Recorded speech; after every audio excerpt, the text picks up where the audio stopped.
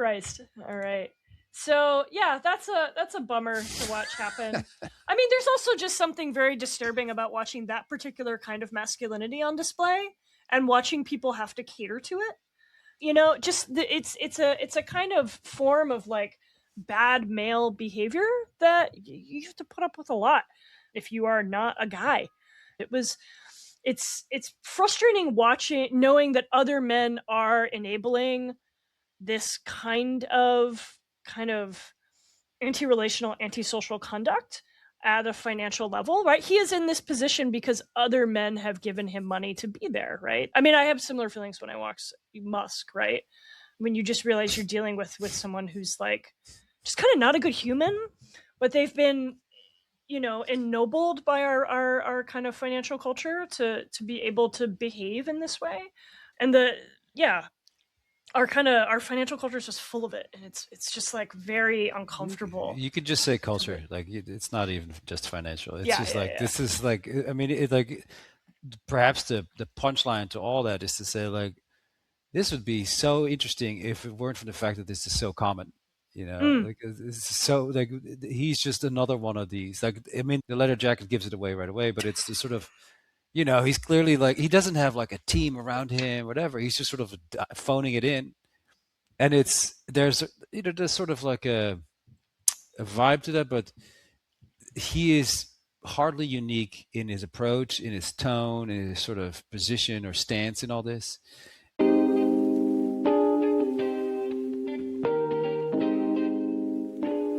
Welcome to Unboxing, Play and Profit for the Gaming Curious. I'm Lane Nooney. And I'm Joost van Breunen. And we're here digging deep on why games matter in today's economy.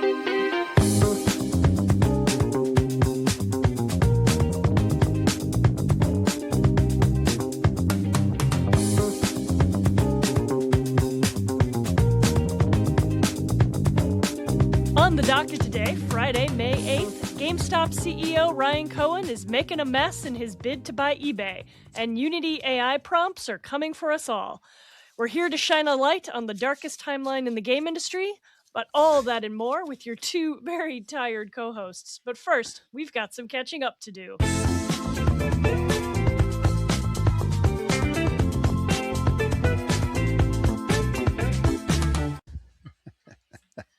Well, the most important thing is that we fixed my microphone. You know, everything is always getting better. Thank you to Ian on LinkedIn who told me my microphone wasn't working well, so we troubleshooted it. No, it's very helpful to get feedback. You're in the office. You've been work from home guy for like a while. Well, this is also the end of the semester. I had a meeting nearby. I'm rolling in and out. I'm transitioning to being probably mostly remote or digital nomad. I'm a digital nomad, Lane. Oh, don't call yourself that. Yeah, digital nomad. When middle-aged white men still need to think that their lives are exciting. They become it's like the more contemporary version of being a prepper from 5 years ago. Yeah. When everybody was catastrophizing with the pandemic, it's like I must save my family. Let me get all kinds of caches of resources. Like I'm a, amateur army ranger with like carrying a tarp for each of my children and all this stuff. That has now become digital nomadic life, where really what you do is like you sit with other middle-aged men at like coffee shops and compare power banks. That's really that's my life now. So I have a good time with that. Oh, nice. I like your decoration still. How long do you intend to keep that up? I think I'm just going to keep them up permanently. Till they fall down. It feels like a Price is Right kind of vibe to me. Like if I just tilt the screen just so. Dun, dun, dun, dun, dun. Yeah, cue. What's behind curtain number 1? Yeah, you just pull out a book like this. You should read this, students. I just kind of can't be bothered to take them down. So it's really confusing for anyone who comes into my office, so that's a bonus. They sit down. It's like this can't possibly be bad news. All right, you want to hear a funny story? I'm gonna embarrass myself on this on this podcast. So I had signed up for speed dating on Tuesday night, Joost.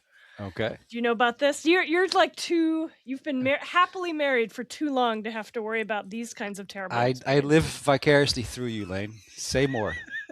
I had signed up and I went, and then I did like the Grandpa Simpson gif where he comes in, puts his hat on the wall, like walks, turns around, takes the hat off, leaves. Like it was one of those. It was like I sat down and I was just like, oh no, like I've made a terrible mistake. Like this was, it was like, but like how? Like what was bad about it? yeah. I mean, so first it was like, I got there maybe like 20 minutes early, and everyone who's there, first the space, like there, I think by the time I left, there weren't even more than 30 people. It just wasn't even a big enough crowd to Hmm. really like produce the results you want speed dating in a multi-generational context to produce. So it was a lot of older women, maybe like late 50s, 60s, which I'm like, great. I love that you're here. I love that you're doing this for yourself. A lot of silver fox butches. Power to you. This is not what I'm looking for.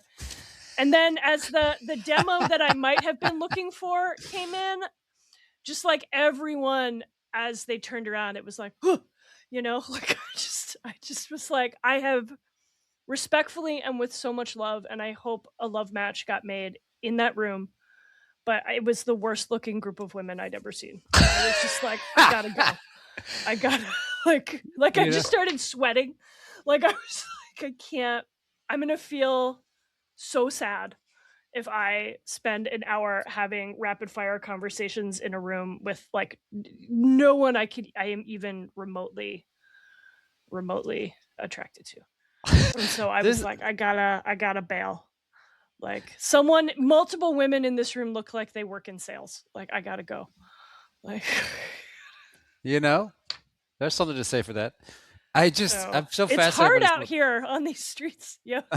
Out there in the streets, Yeah. trying to speed date 30 women in sales. Yeah, no, I imagine. I imagine that's a rough. I just like the social awkwardness of that because like, you can't go with a plus one. There's no wing folk, you No. know. No. Like No. that's sort of It just, that. I mean, it really was a volume problem, right? Because they had you fill out this app ahead of time where you kind of like, you give your preferred age range and you score yourself on like it was a very funny thing where you had to score yourself on like gender presentation, like 1 to 5, like masc to femme. Like are you, and then like what range would you date? And I was like, there are not enough people here for this math to math. Like I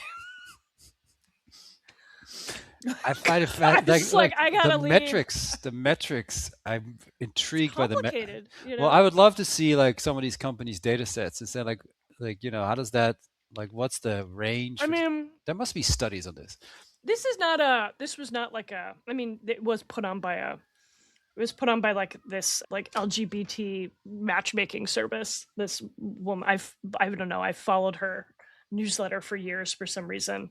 And then it just caught me on a weird day where I was like, sure, I'll try this. And then I was like, I will not be doing this again for hopefully in my dream life ever. Like, I, so listen, props for you to you for going.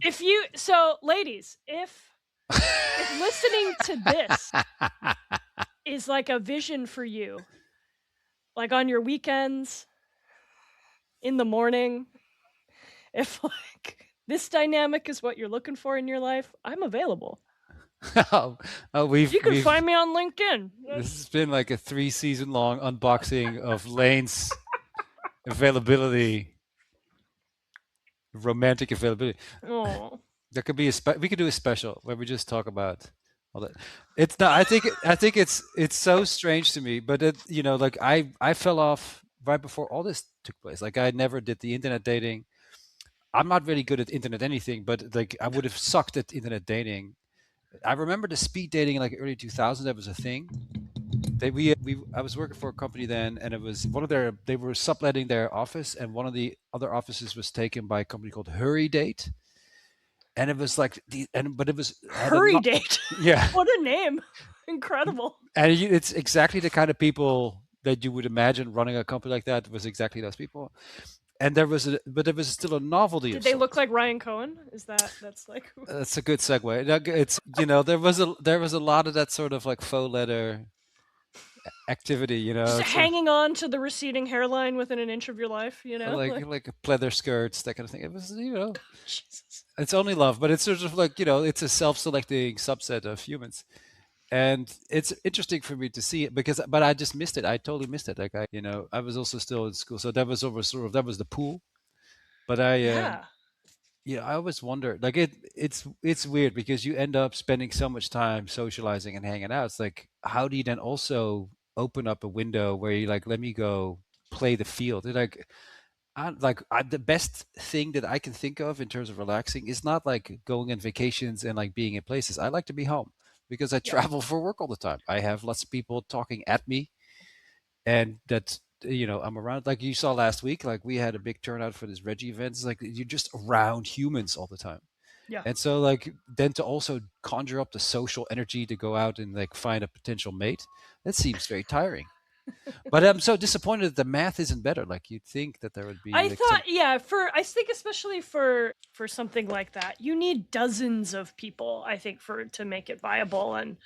And especially if you're dealing with age ranges between like 20 and 60, it's just like, Whoa, that's and not then a you range. and then you add, the kind of like, just because it's all like she theys in a room doesn't mean we're all attracted to each other, No, that's exactly what it means. like Okay, that's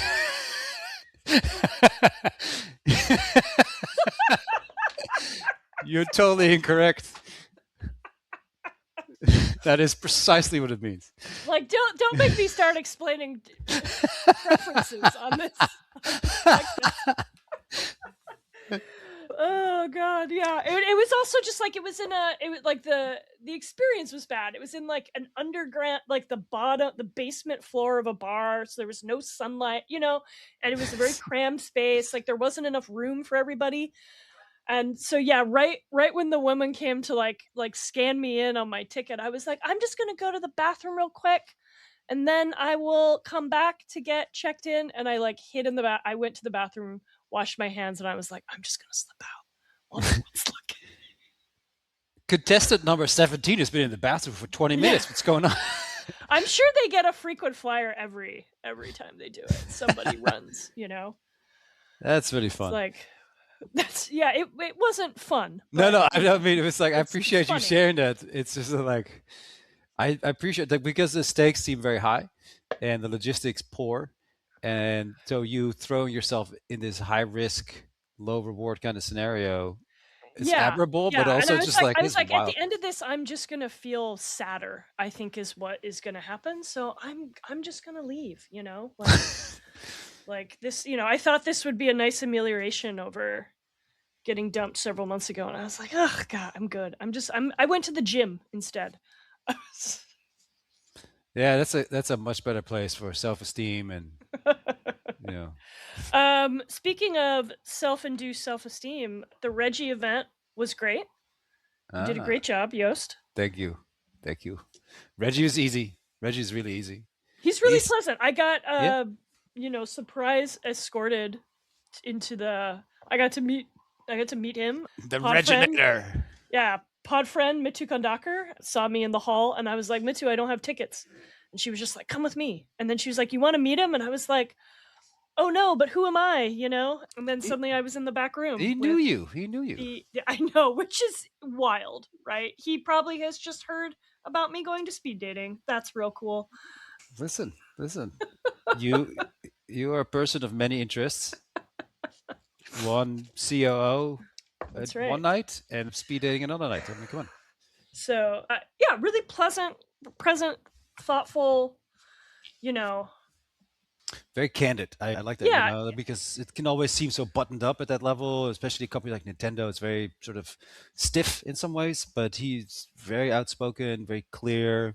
Didn't apologize. He didn't say, "Oh, kind of." He's like, "No, no, here's how that went, and here's how I yeah. felt about that." But it gives you a lot of respect for the way that Nintendo does business, right? It doesn't do the hire and fire boom bust cycle. It doesn't pull tricks. It's Mhm. not.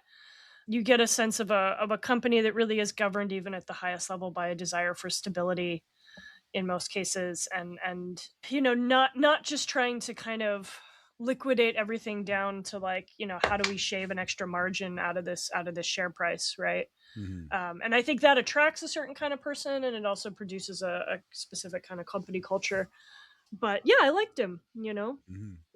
No, he's. I mean, he's known to be liked, but then when you're sort of like, okay, sure, like things are tall and whatever, interesting. But like when you meet the person, when you meet him in person, like he's super chill. He's Yeah. totally unfazed.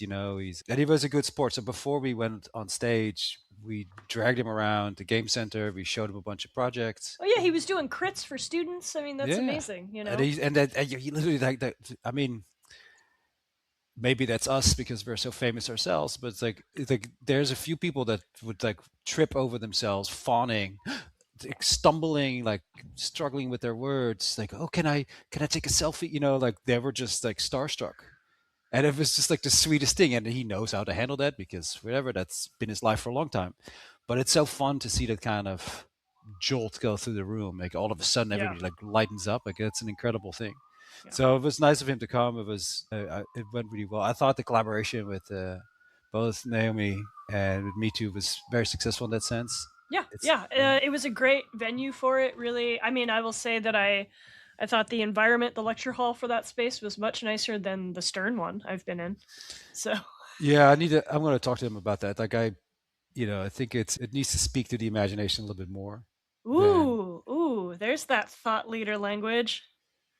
Needs to it's. speak to the Well, imagination. like it has to be more aspirational Yeah, because like the caliber of guests so far has been very high. It's just like okay, yeah, but the room has to represent that yeah, too. yeah, yeah, yeah, yeah. Some Yeah, of I it you think can't plan. Like there was like several people in full Mario outfits in the audience. yes.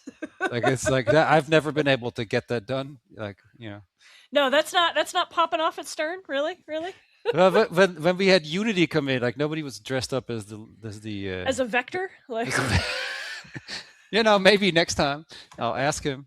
You know, All send some right, merch out. All right. man. We started a little late. We've been jamming for 15 minutes, but you got a hard out in about 30. So why don't we get to the just awful news of the day, of the week? The just awful one. Oh God. Which one do you want to start with? I think we Which should tackle GameStop. Yeah. Well, somebody's got to. Okay.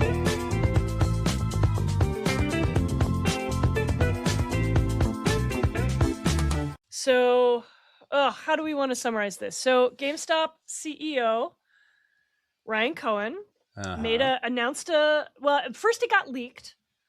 Is wants GameStop to take a bid to buy eBay. GameStop apparently already owns 5% of eBay shares. He went on, what was it, CNBC on Monday? When did that interview happen? Monday morning. Monday morning, to talk about this bid, and it was a disaster, I think would be a generous summary. It was just the most, watching three different reporters kind of go round robin with this guy, trying to get him to produce a coherent answer to basic business 101 questions, while he just kept babbling half stock half cash, half stock half cash, like this sort of succession ass behavior. I mean, he looked like he was on. I was just like, this is like this kind of brainworm is one of the worst that financial cultures produce, right? This sort of like Elon Musk ass behavior, like a Let's man start. who couldn't even explain the financials of his own business, Well, right? let's start at the top Let's because start at the top. all right. So GameStop over the weekend on Sunday made a bid of $65 billion for eBay to Thank you. acquire it. And in the interview that followed on Monday with CNBC or MSNBC, It was CNBC. CNBC, it was really like a very different version of what people are used to. When a company buys another company or offers to buy another company, you get this very clear vision. We're excited. We've spoken. We do this thing. Whatever. There's like an oomph to it, and he seemed almost bothered by the questions in that, and Yeah, he was yeah, unable to answer basic fundamentals. So yeah. it's a very It weird very moment. much has the veneer of a kind of hostile takeover, right? He had not talked with eBay before any of this information got leaked. He had not spoken directly. They had just He had sent not. it over. Just like, Yeah, hey, we're going to buy you, yeah. and okay. Um, oof. But there's I think the fundamental observation here for me is that, like, yeah, sure, people can do and say whatever they want, like, that's fine, but what does that say about the bigger thing, right? And the bigger thing in this case is sort of like, where, like, just sort of, where are we with regards to GameStop increasingly less and less being a games retailer, and, like, and what is this phenomenon of meme stocks, and why is that a big thing now? And there's this sort of aloofness in treating finance as like, oh yeah, well, why don't you chill out, man, we're going to be cool. Yeah, it's going to be half cash half stock. So in many ways, like, he represents, I think, not necessarily an improvement of financial markets, but, like, certainly, like, a change in how the tone is set, like, just sort of rock star finance visionary dude. Yeah, You can except there's nothing rock star or visionary about this man.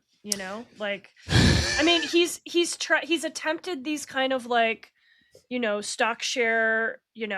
There's been kind of similar erratic behavior in the past, owning 10% of Bed Bath and Beyond, owning stake in Nordstrom, trying to kind of kind of allude to these kind of incoherent deals or buys, and then they fall apart. I mean, like people looking at this guy like he's some sort of magician. It's like, what exactly are you looking at? Right? This is a guy who seems governed by largely erratic internet brainworm behavior. And obviously, like, for some constituencies it works, but I don't know that, like, getting retail investors excited about this prospect is actually going to get you to buy eBay. I mean, and he has no plan. He has no plan besides fire people, right? Nothing that's Yeah, documented. the He's argument convinced was that he's that going to do a eBay better can make job. more money, Hmm. and his only plan is, like, they don't need to be employing 11,000 people. And it's like, can we just let a company that is profitable, like, stay that way? Right? Like, your only vision here is to go on a firing spree? Like, get fucked, sir. Respect, Like, Respectfully, ugh, it's a listen. ugh. Here's the Why don't you make a GameStop share of more value than a copy of, like, Halo that's 10 years old? How about you work on your own business, sir? Like, well, I mean, that's kind of the argument, right? It's the not the it's the what, it's the how. So, like, that's exactly what he's done. Like, he's made GameStop worth more. In fact, over the last 5 years, it's, like, of course, gradually declined, but since he took charge, over a 12-month period, it's actually up. So, in other words, on a trailing 12-month basis, it's up 70%. And it's the result of basically cost cutting, right? Like, what he's done is laid off a bunch of people. He's closed a bunch of stores. At its peak, like, GameStop was making about $10 billion. That's over now, right? It's down to, like, a lot less than that. It's like about two and a half currently.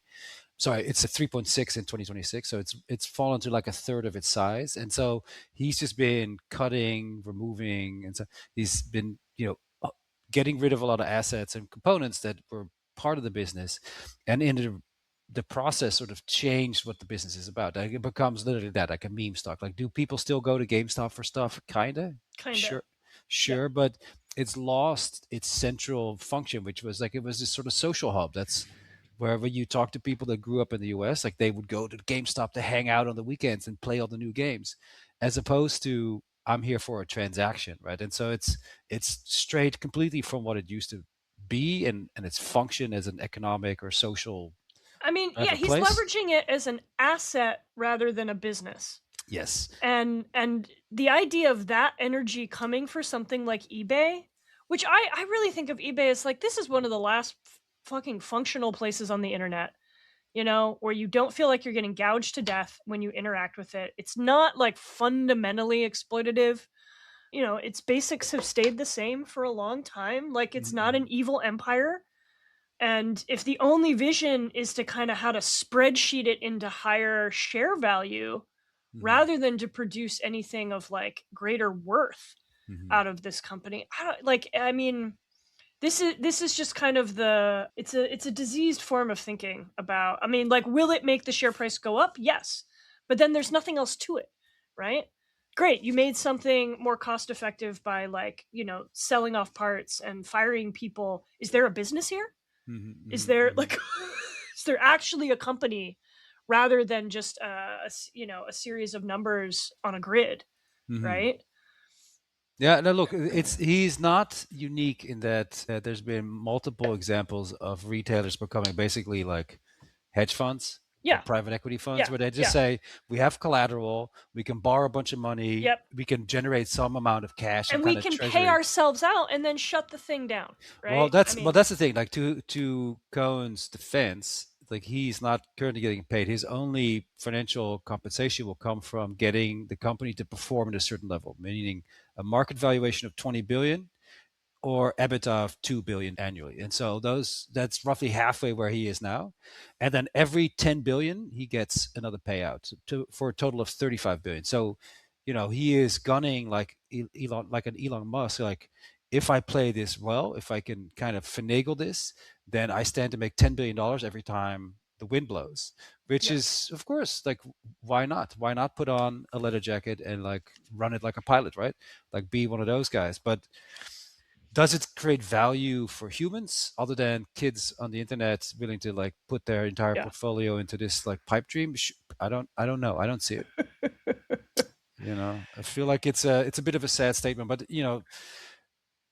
I think the market, the rest of the sort of financial industry is sort of like looking at this like, yeah, he's really wagering his credibility, right? Because if you can't answer basic financial questions, if you can only pay for half of it with the current assets that you have available, even if you have the trust of TD Bank, who will give you the 20 billion, The trust of mighty TD Bank. I don't, Yeah, I, don't- so I don't know how to weigh that, but it's sort of like, it seems like if you want to be, no, but if you want to be a big shot, then like you got to yeah. deliver a result. Like the Yeah, he gave kind of huge, like, student who hadn't done the homework energy, but it was still his presentation day. Was sort of like, like, the fragility of the male ego that was residing inside of that interview was so immense. And so since that interview, a couple other things have happened. He attempted some stunt to raise money for the buyout by putting personal items, I think including his socks, on eBay, and eBay just mm, banned his account, which I think tells you a lot about the temperature that eBay has for probably this sale. And then also one of GameStop's big shareholders sold all his stock. He was just like, I think, this is a deal with this much debt attached to it, which I think is a correct observation, is not fiscally sound. And so he dumped it all. Yeah, that's it. that news just dropped. Michael Burry. Burry, yeah, Mr. Burry, yes. Yeah, I'm with Burry on this one. Like, I mean, the thing is like, I mean, I hate to harp on this, but it's like retailers fundamentally to me are sort of like social spaces. This is exactly why Apple does it. This is exactly why you have the Nintendo store. Like, people camp out in front of the store for the new iPhone, the new Zelda game, whatever. If you don't embrace that part of your function as a retailer, if you're not part of the sort of the social fabric in a community, then you're just a warehouse. And Yeah, that's exactly how they see these stores. And so yeah, therefore the value that these storefronts currently represent, it will only decline. yeah. They're worth as much as the socks that he's selling on the internet, which is to say not much. So it's like, and then to like buy a company that's bigger than you, that's $45 billion worth $45 billion more than you. Yeah. It's crazy to think about that. So, the math is a math, the tone is off, and it seems like it's a pipe dream It's that deeply is. unserious, and I just couldn't imagine anything beyond the enshittification of eBay should this deal go through. I know you're skeptical, right? But it's like, Yeah. but and I like eBay. I buy and sell stuff all the time. I don't know if this would be an improvement, but other than, like, I think what's really going on is here a financial finesse that we haven't seen at this level before, where we remember that GameStop was supposed to report earnings at some point in 2024, and then they went early with the earnings to basically coincide with like the return of Roaring Kitty, this sort of meme stock celebrity. He did a broadcast after being off the air for a while, and it drove the share price for GameStop up a lot. And in the middle of that moment, they sold a whole bunch of shares, like 75 million shares or whatever, made themselves $2 billion. And so this is part of the cash pile that GameStop Yeah. now sits on, is this cash pile that they created with this sort of basically cryptocurrency Yeah, sort exchange. of it just spreadsheet market manipulation, Mhm. That's And like it's working for them. They'll probably all have like fancy cars and like beautiful things, but it's at the same time, like, so how do you insulate yourself from that as like a reasonable investor, as a traditional investor maybe? And is that the nature? Is this Wild West? Is that the future now? Is this the risk profile we have to take I into mean, consideration? it's certainly the case that like it is an accumulation of the way in which financial markets increasingly have no bear no relationship to people's experienced economic reality, Hmm. right? It's not the first time we've seen this kind of it's certainly not the first time we've seen executives attempt, I mean, we can go back to the junk bond era of the 1980s, right, where this kind of stuff was just like business as usual, right? You could make enormous profits off of this kind of stuff, different versions of it, like.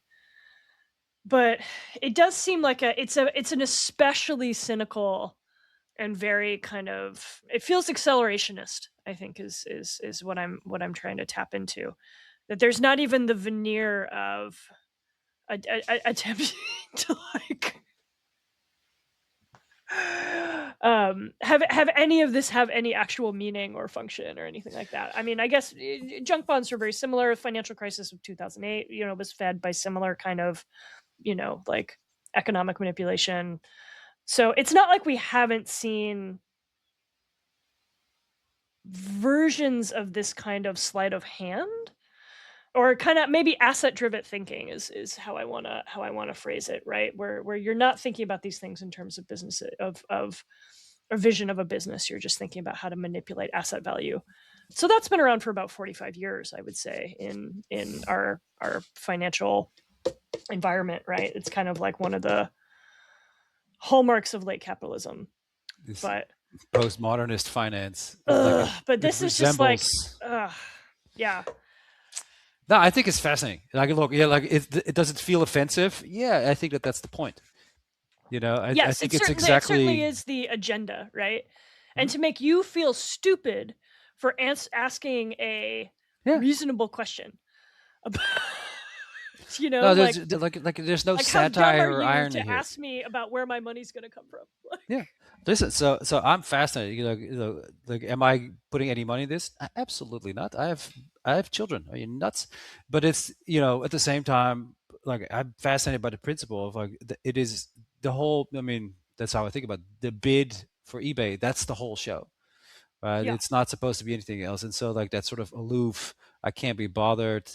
I'm supported by an army of meme stock of holders or of whatever. of people, of redditors. Yeah, Yeah, and it's like, I think that's a fascinating thing. Will that have like a material impact on like the economy at scale? No, I think it's just sort of like a subcult, a financial cult in do some ways. you think this will happen? Oh, I don't think so. I don't think eBay is going to let them. Like eBay is in its coming in its own strength. Like eBay had a hard time during the pandemic. They went down a lot, but mid 2022 they started to go back up. So over the last 5 years, the shares up 81%. They just made some acquisitions. They're doing fine. Can you argue that they have some inefficiencies? Sure, but you could say that about any organization at this point. So that's not really news. But the fact that they are surviving and thriving and doing business just fine, making more money quarter over quarter, I think it's pretty straightforward. That eBay is in a strong enough position to say, oh, check this out. No thanks.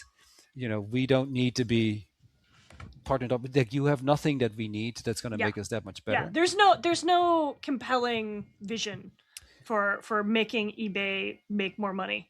It's a That lot like when people go into a speed dating room and just like turn right back the fuck around. They're like, we out. They have a fiduciary responsibility to go I check have it a out. responsibility to my shareholders. Yes, my romantic shareholders. I must procreate, romantic be involved. I have to like mate in some capacity.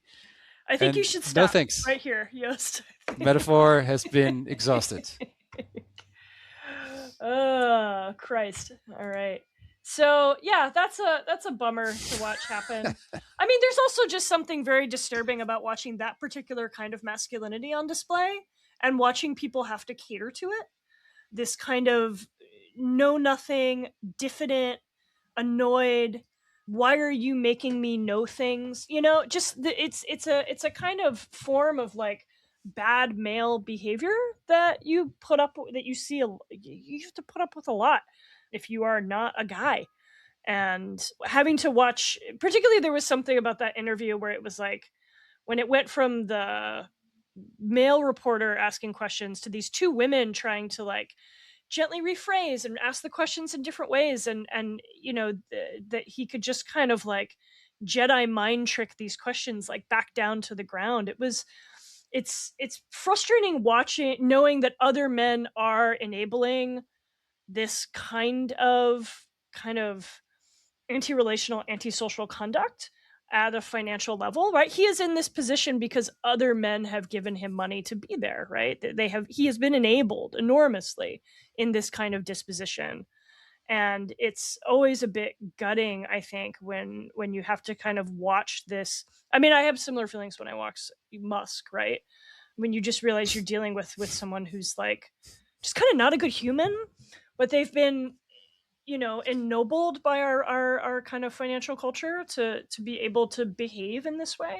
And our financial culture is just full of it, and it's just like very uncomfortable. You could just say culture. Like it's not even just financial. It's Yeah, just yeah, like yeah. this is like I mean, like perhaps the punchline to all that is to say like this would be so interesting if it weren't for the fact that this is so common.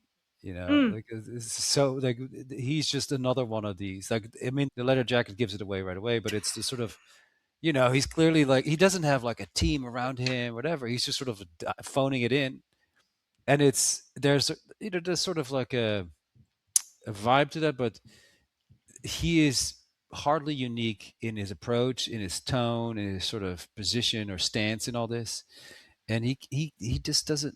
There's an indifference there, yeah, and that's the kind of financial or otherwise leadership that we find so often now. You like yeah, these are the people that are in charge of big decisions. You're like, great, I'm yeah. stoked about all of this. You know, like as if I mean, has he even been in a GameStop? I wonder. Does he go? Does he visit any of his stores? Does he go check them out? Does he Yeah, give two shits? I don't know. It's hard to say. So it doesn't give that impression. So I don't know if that's the best leadership. yeah. So, but you know, Working for GameStop, I guess. I guess Ugh. let's keep buying games. No, it's. Yeah, nothing will keep me out of a GameStop like that guy. Jeez. I wonder how their share price goes after this. I mean, it's trending down for the day, but it's double where it was in 24, Mm-hmm. where it was, or a little over double. Mm-hmm. But yeah, it's kind of got nowhere else to go, right? Except through something like this. Like if you're not actually going to tend to the retail business as a Mm-hmm. business, Mm-hmm. there's a pretty low ceiling on the value you're going to be able to generate without doing kind of asset shenanigans. So, Mm-hmm. Mm-hmm. uh Yost, you have to be out at noon. I got to roll in a bit, but you wanted to talk about Unity, so let's do that. Let's I jump into that mean, for a minute. well, Well, Unity or exit tickets? well, what do you want to do? I mean, what's new at Unity?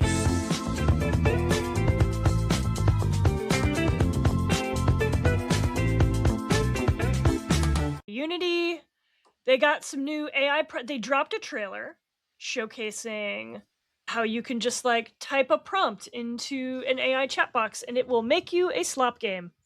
The YouTube comments are pretty great on this. So, when that dropped, did anything happen to Unity's share price?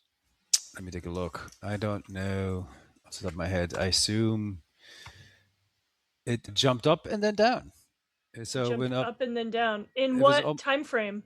in the last 5 days. So it was trading around 27, 28. Then on the news, it spiked yesterday in the morning. No, it spiked this morning to like $30, and now it's back down to like 26. Hmm. So it popped. Wait, Unity and GameStop have like the same share price? $25, $26. Yes. That's surprising to me. Huh. Mm. I would have expected Unity's to be higher, but I mean, it's a more likable company. Maybe GameStop should buy Unity. Oof, oof. You know, everybody should just buy everybody. Yay! No, Everybody it's should a. buy. What we need is one company. What if we just had one company that owned everything? Wouldn't Mhm. that be cool? You know, if we just had one person in charge, sort of like a king, then we could be so much better off. No, I think it's like Unity. You know that like they make unpopular decisions all the time, but I feel like they're on the mend. I do feel like you know the question I would raise, like, can we think of a future in the games industry where AI is not a foundational component? You know, is that like is that desirable? Sure, let's like of course I want everybody to get paid full salary and vacation time. Is that going to happen? Probably not. But same thing with AI. Sort of, it's not some necessary evil, but will it be part of development or publishing or marketing games in the future as a fixture? I think so. And so then Yeah. what do you do as a creative? What do you do as a software developer? I mean, when you and I were first kind of pre-discussing this as a topic, one of the things, you know, we talked about is that tools like this are, let's set aside kind of their obviously detrimental impact on labor, right? Hmm. Hmm. Right, because they're always sold as a new form of democratization, quote unquote, and I hate that language around this kind of stuff, right? Around this idea that these it makes game development more quote unquote accessible, because I think we always have to ask the question of like who captures the gains, right? When we talk about accessibility, but what this is going to create is a isn't is even more of a flooding of the market of games, right? Which like we already exist in an unsustainable state in that regard, right? We were discussing how what Steam releases 20,000 games a year, Hmm. Hmm. right? Is that right? It's something like 24 games a day. I don't Hmm. know that the problem is that games need to be easier to make. Right? Hmm. That's the what, the the way that this will impact game development volume seems net bad, bad, bad. I don't see any silver lining around stuff like this.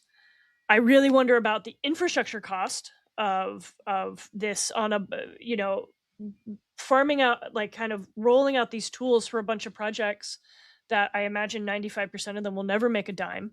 Hmm. How long can Unity sustain that kind of infrastructure cost burn in terms of providing AI support?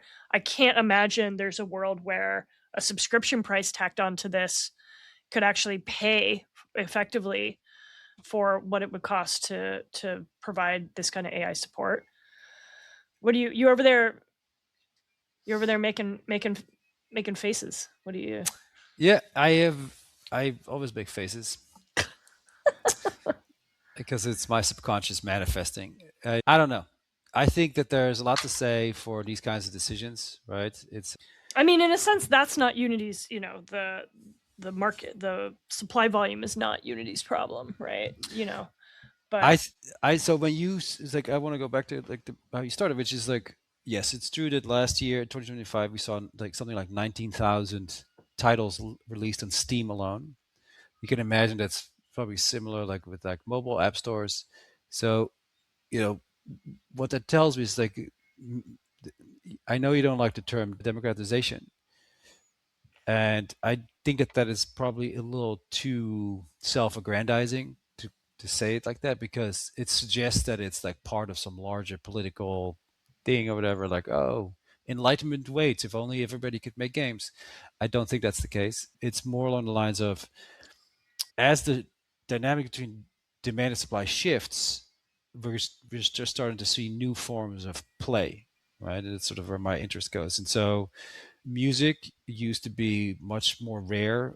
Instruments were like delicate, and then they became mass produced, and every 16-year-old wanted to be in a rock band all of a sudden. Like I think that there's some kind of transition where you have like full scale classical orchestras, and then there is like some idiot on the beach with a guitar, and they're both performing music, and that then there was a trajectory between those two moments that has taken place in my mind, right? That has. I that mean, was needed to happen.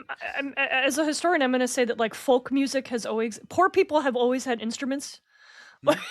No, I understand It's that, but it's like, like- but from an industry perspective, because this is sort of the tension, right? It's like the folk music then becoming industrialized and being a mainstream form, whatever kind of music that is like that. I think has always been a fundamental tension. It's like basically the corporatization of like common forms of expression. And in my mind, like games and how we play becoming more easily available, customizable, shareable. I don't think that that's necessarily a loss. I do think that it makes the for-profit model more difficult, and I have to come back to like, even Rami Ismail, right? Like a famous developer, very smart, much smarter than I, much more experienced when it comes to making games and stuff. He's like, yeah, if you're trying to do this for a living, like it's a really tough gig. Like, don't do that. Like, do it for the love. Do like book publishing. I'm working on my second book. You could live off of your proceeds a century ago. You could write a book and then you could just make money. That was part of your income. Like, how this is. You've seen I mean, presumably you've seen the sales of your own book, and how much that buys you in a New York city habitat. Like, it's like there's no way that you could do book writing commercially or for a living in that context. And that's so, because the benefits are captured by the top. is that true though? I mean, I feel like there's a friction there that you're probably correct about. At the same time, it's like these models that kind of come and go, right? And so I think gaming, in that idea where like an indie could make a living, it's like, yeah, that exists. And I'm skeptical of platforms in that context, but that doesn't necessarily mean that we should restrict access to tools and technology to make sure that a fair share of people can make a living. I'm not entirely No, I think what I'm straight on saying that. is that these tools get sold under one banner that is actually the only person who makes money here is the platform, Hmm. right? We are already in a condition where 85% of what is sold on these markets, at least based on several years ago when there was that big leak of Steam data Hmm. that Hmm. showed that like okay, the top is making more money than ever, but the bottom is bigger than it's ever been before. And Hmm. it's something to the effect of 85% of these games will never earn more than $5,000. Hmm. Is that like great if you just want to make a game to share with your friends? Sure, but that's not the vision that these platforms have. Is that they are sold on the premise of like every on the premise of Longtail was the promise that Hmm. everyone could find their niche, both audience and kind of development channel. And actually that's not true.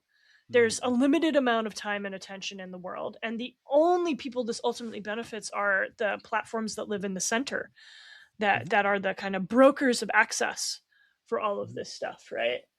um, I'm with you that on 100%. But then, they too have their own role to play. It's like they continuously, like, this is also where over time these companies like fall in and out of grace, you know?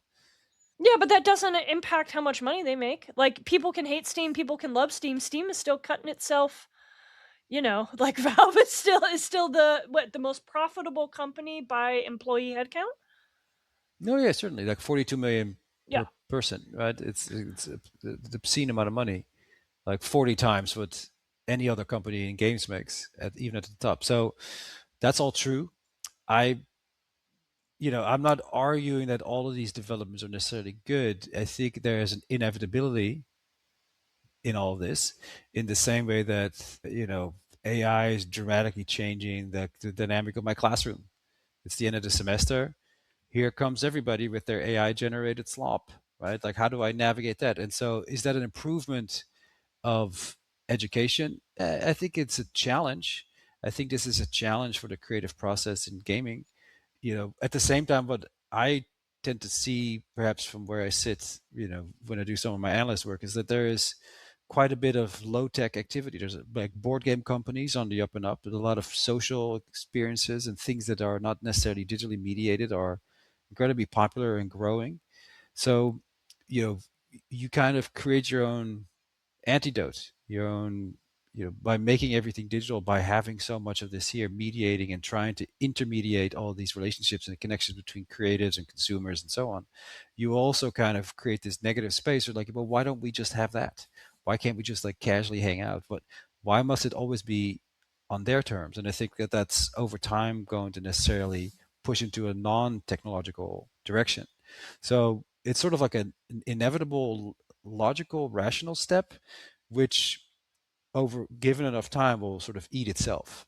So I'm skeptical, like you. I think you're right. It's also, you know, I think we also get confused that this is the only path by way we can make games. This is the only path by way we can play.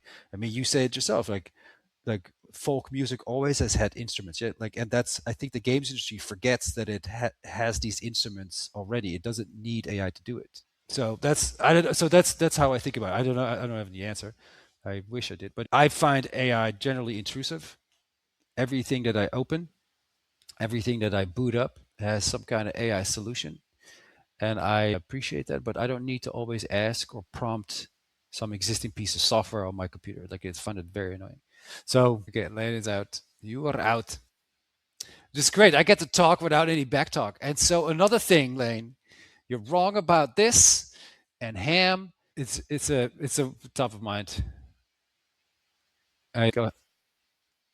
I'll wrap it up. So since I've finally got see, this is why I love technology, because it finally gives me the last word. For once, what is it, like 4 seasons? I get to close out. What a fun moment for me. I expect to talk more about AI and Unity and you want me to talk about ham? I will talk about ham and then I'll close it out. I'm currently the lead developer, designer, and executioner for a pre-K showcase project of my daughter.